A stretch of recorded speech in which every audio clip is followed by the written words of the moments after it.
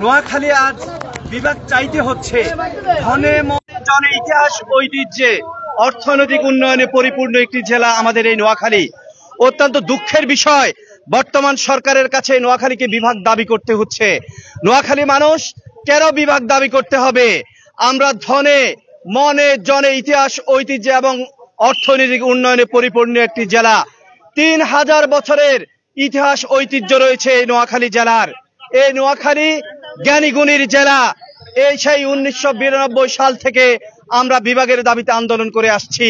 তাই বর্তমান ইন্টারিম গভর্নমেন্টের কাছে আমরা নোয়াখালীকে বিভাগ হিসেবে দাবি করছি।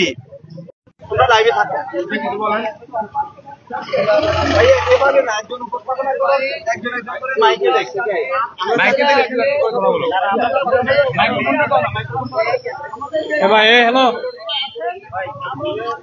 সরেন একটু সরেন ভাই ভাইয়া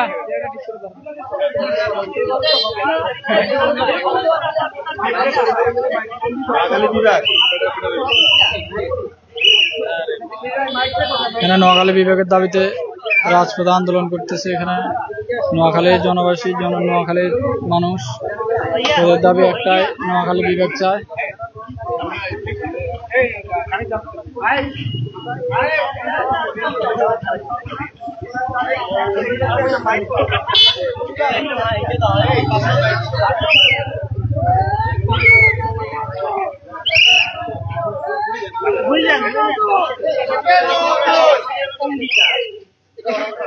সামনে থেকে সরেন, সামনে থেকে সরেন।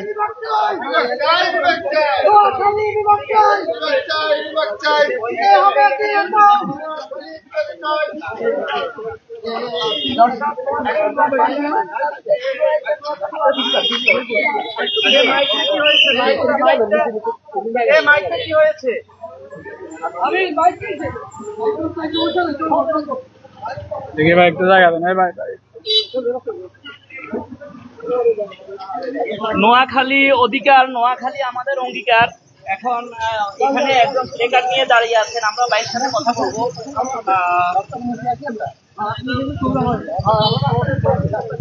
ভাইয়া, আমি আপনার হাতে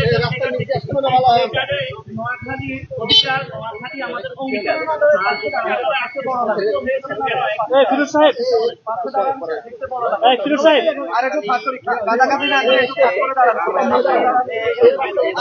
ওই পাশে যারা তারা লাইনে চলে আসেন, তাহলে দেখতে ভালো লাগবে।